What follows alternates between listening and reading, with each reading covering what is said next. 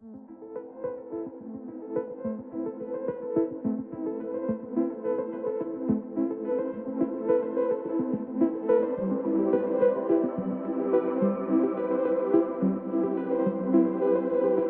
significance of import versus domestic World Cup is like the Super Bowl of racing for shops and DIY guys that are building race cars out of their garage, and they're not top fuel drag racers. You're talking about 50,000 people plus there in person watching this go down at live.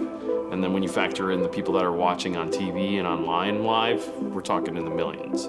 One of the things that makes this event so insane is not only how many people are attracted to it, the crowds and the competitors, but also how thorough and cutthroat the tech inspection is. I mean, to the point where they made me disassemble part of my turbo in order to take measurements of everything and ensure that we were within the guidelines. My first goal was to just get down the track. There's so many variables with the conditions that are out there.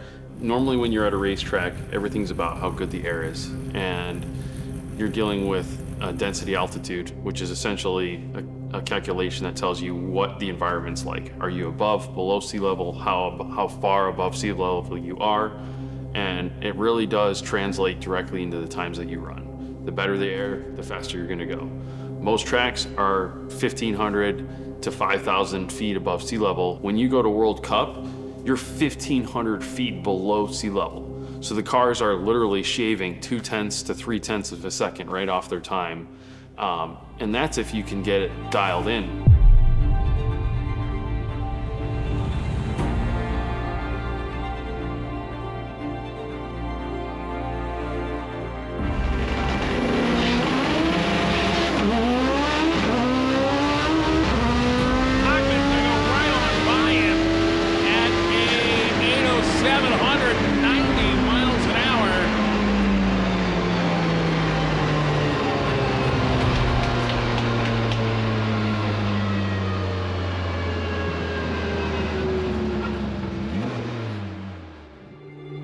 It was an A to B pass, and putting a number on the board here is, you know, at least qualifying, whereas some cars didn't even make a full pass, so I'll be grateful that that's the case. Just getting down the track in Maryland made me feel good. I mean, I'd never been down that racetrack before, and I've heard a lot of horror stories about, you know, how different of an experience it can be going down that track.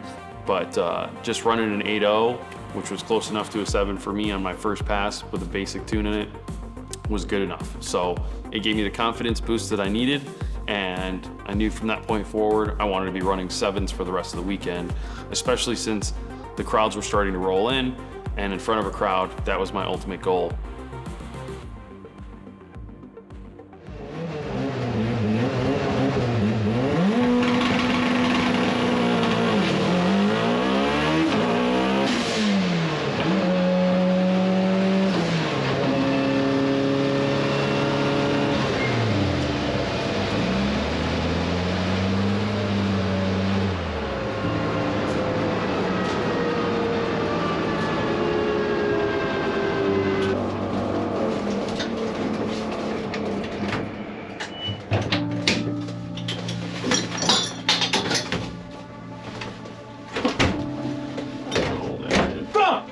For a fucking new best time, not a fucking shitty run. So when it came time to finally run qualifier 2 after we waited another day yet again, I unfortunately neglected to check the spark plugs after first qualifier. That's something I normally don't do, but for whatever reason, it slipped through the cracks and we didn't check them. This unfortunately left us unable to make a complete pass during the qualifier, because as soon as I got through the burnout and made a launch and launched the car, I realized that we were down on a couple of cylinders, brought the car back into the pits, and upon pulling the spark plugs out, spark plugs on cylinder 3 and 4 were missing the electrodes. This is something that I've never seen before on my car, and quite frankly, it looked like something that comes out of a nitrous car, and we were not on nitrous. I mean, that's how good the air was. We obviously needed to put new spark plugs in there, but before doing that, we went into damage control as a team. Got out the compression tester, tested all the cylinders. We knew we were a little bit down on compression on a couple of them, but it was healthy enough for us to be able to still compete. So we were able to get everything done as far as maintenance goes, got some fresh plugs in the car, and we're hopeful for our next pass.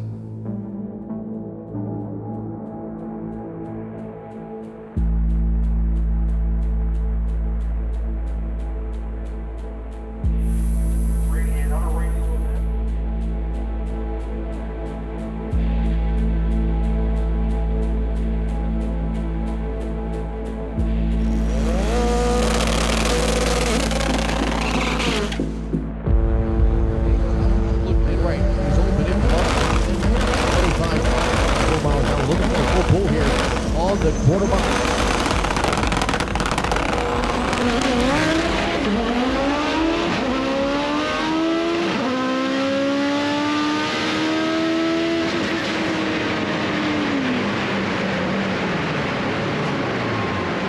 $789.7 there for the Hochman machine and 108 miles an hour moved up to the number 17 spot.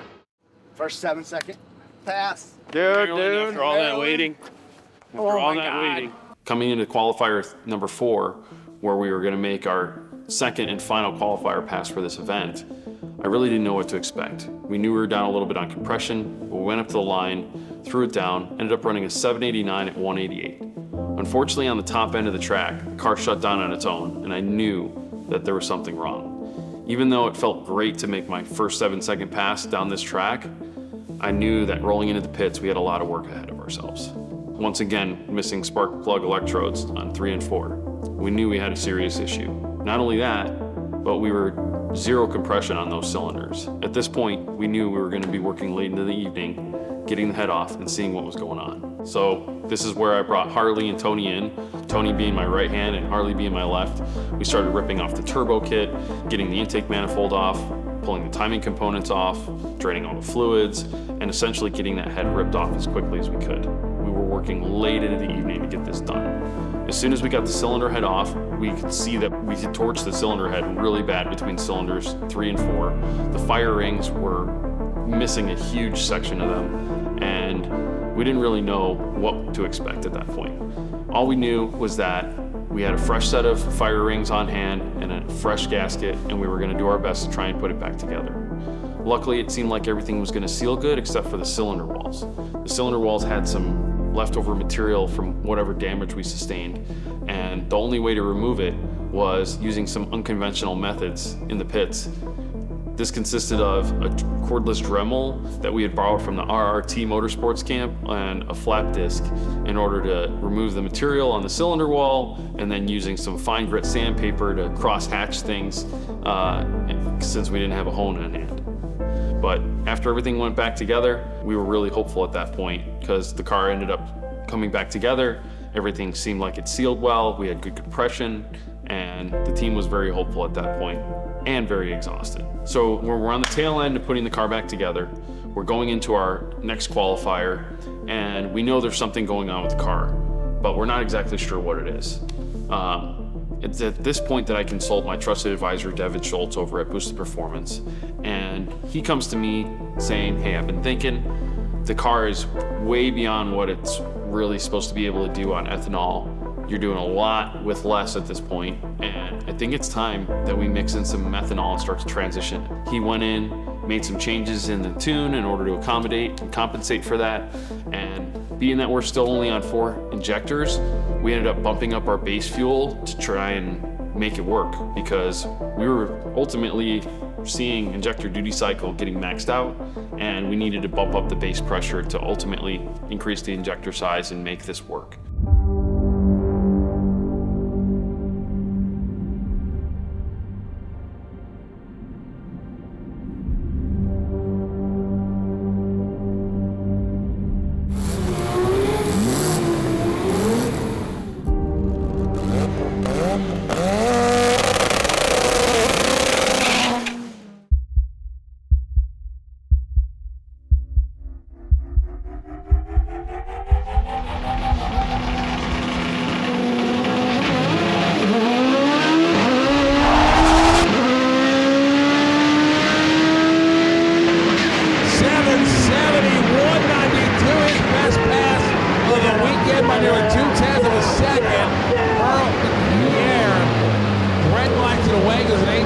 27. He's headed home.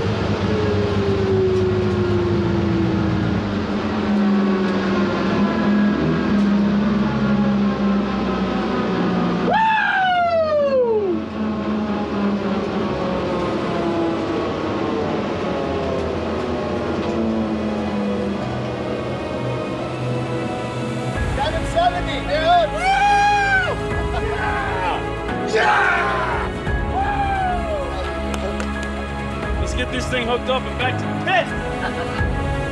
Oh, dude. The team is lit at this point. We're all jumping in, just hugging each other, ecstatic, and suddenly excitement turns into adrenaline because we're in it, man. We're in World Cup. We're going rounds. We got to get the car turned around so we can get back up there and do this again.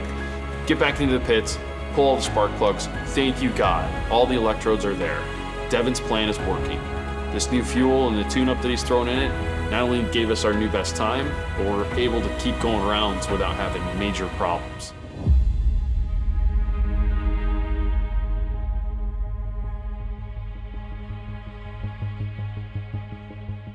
It's pretty crazy to think about where we are right now, considering this was a street car that I just started wrenching on in my house, turned into a business, and now we're out here in Maryland racing against the fastest cars in the world going rounds. It's pretty surreal, that's for sure. During round number 2 eliminations, we end up getting paired up against a complete monster of a competitor. This Mustang ran 7-1 in the quarter mile, and if I have any chance of beating him, I'm gonna have to tree him. When we get up to the line, unfortunately, he ends up treeing me, coupled with me spinning on the line. He's half a track away from me by the time I start moving. That's pretty much it for us. Hats off to that gentleman. At the end of the day, there's nothing to be sad about though, because quite frankly, you couldn't have asked for a better showing. Our first time running at World Cup, we ended up qualifying for Sunday, which I never knew I had to do until I got to the event. We ended up going rounds in eliminations against the fastest cars in the world, and we came home with our new best time. We'll be back next year for sure.